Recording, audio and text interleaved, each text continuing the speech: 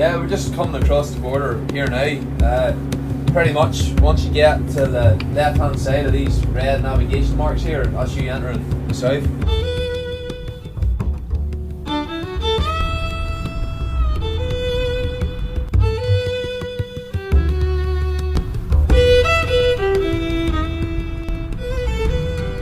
Use at 9, which is read now by Brian Jennings. The plan to replace the backstop has not yet been formally delivered to the EU. It would essentially create two borders, a regulatory border down the Irish Sea that may or may not be temporary, and a customs border on the island of Ireland. What we are hearing is not encouraging. We do want there to be a deal, we do want there to be an agreement, and we will work until the last moment to secure an agreement. We're on the border between Rosslea and Monaghan, and we're just standing behind an old customs post. A certain amount of confusion. It's bringing up a lot of stuff from the past. It's bringing up a lot of people are reflecting on the times that went by. There's conversations that are difficult about legacy issues to do with the Troubles. South of the border, everyone's united that Brexit is pretty much a disaster. North of the border, there's a significant section of the unionist population who are in favour of Brexit. It's not so much the immediate consequences. We know around here that the border came in 1922. And we know it lasted 100 years and it's still here. So we're thinking these changes that are taking place now, they'll probably last 100 years. And you know, the consequences could be 20, 30 years down the line, but we know it could have very significant consequences for people around here. Haven't seen it before.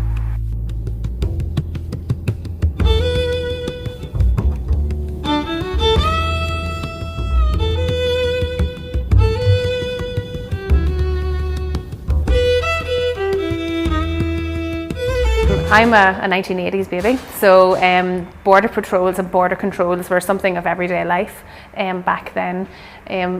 My family being part from the Republic of Ireland and the other half from Northern Ireland meant that I crossed the border on a daily basis. But definitely my first memory, I suppose, of when I became aware as a child that there was something just not quite right was when our car was taken in to be searched, directed into a separate building, and a group of maybe 5 or 10 guys with guns would be pointing at the car.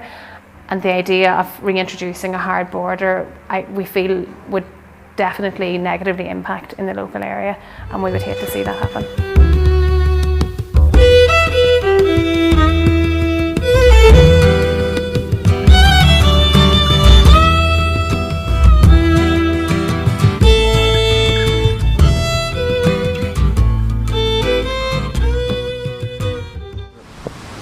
My name is PJ Donoghue. I live in Kilruskey, Northern Ireland. You are standing in the south and I'm standing partly in the north here. So the border is along here. I remember the harassment and the checkpoints and the ignorance of the army, checking you and tearing you apart and pulling your car asunder and searching you and not believing a word you say and all this. Whatever comes out of it, I hope it doesn't create any more violence or any more tension than there is already, because I think we cannot afford to go back. We can never afford to go back. My name is Ken Funston. I'm originally from the border area of Fermanagh, just close to the Donegal border in the Republic of Ireland. Where we are here today is close to the place where the IRA in 1984 parked their vehicle and crossed the border over to my left here, crossed the river, the border river, and shot dead my brother on the early hours of the 13th of March 1984. After Brexit, we would want to remain on friendly terms with the Irish Republic. We don't want structures or any hindrances on the border or anything that may show semblance of a return to the past, because even though it's an imperfect peace, people aren't getting killed every day the way it used to be. So we want the border to remain as it is, and hopefully that some agreement will be put in place.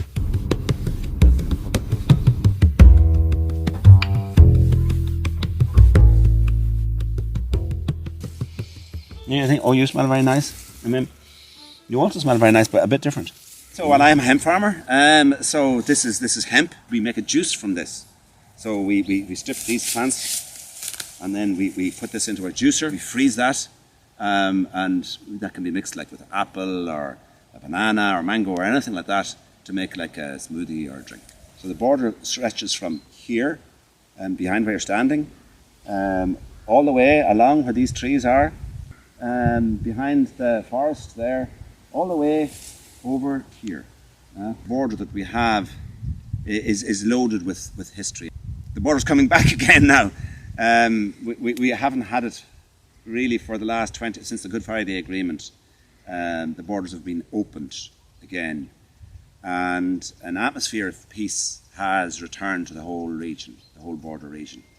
When I was 14 years old, I was working in my father's field, very close to a bridge which the British Army were planning on destroying and blowing up that day. When I was right at the closest point to the bridge, then there was a massive explosion, and all these stones came down around the tractor, very, very close.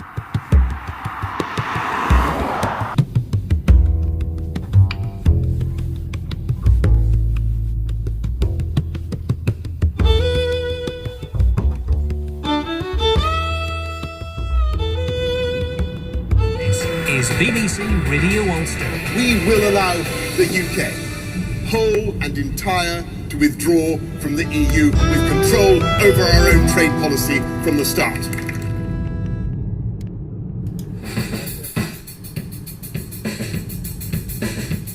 Well, the Sinn Féin MP Chris Hazard says Boris Johnson's plans are very dangerous and reckless and could undermine the peace process. Ceasefire Baby is someone that's born around 2000. So anyone after that kind of hasn't grown up with the conflict that's been in Northern Ireland. See a person as Catholic or Protestant, you see them as a person, and that's really what it is. There's no kind of bias for us. What I think about Brexit is I think it's a waste of money. There's plenty more important things that we could be focusing on, particularly climate change. I think that's what we should be spending our money on.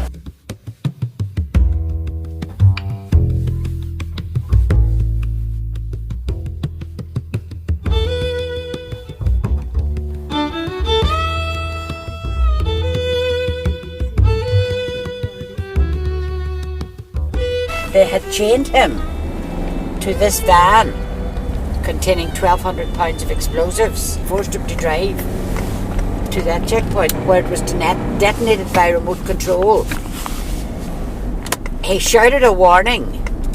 Now, there were soldiers at the inquest who testified that Patsy saved their lives because he shouted a warning, and the words were, "Run the fuck, boys, I'm loaded." After that, it came up on the TV. 5 soldiers dead, a civilian missing, presumed dead. My mother's brother was killed on Bloody Sunday, and I was 3 years old. My life began there, growing up through the worst of the troubles. She belonged to the group of people who murdered my husband. Therefore, people think that I should hate her, that I shouldn't be able to work with her. The importance of Anne and I working together is that this is possible. This union is possible. We need to let the world know that this can happen. So what we're afraid of is that Brexit and all of the underlying stuff that's going on around Brexit, putting us right back 25, 30 years ago. A place where me and her could never be friends.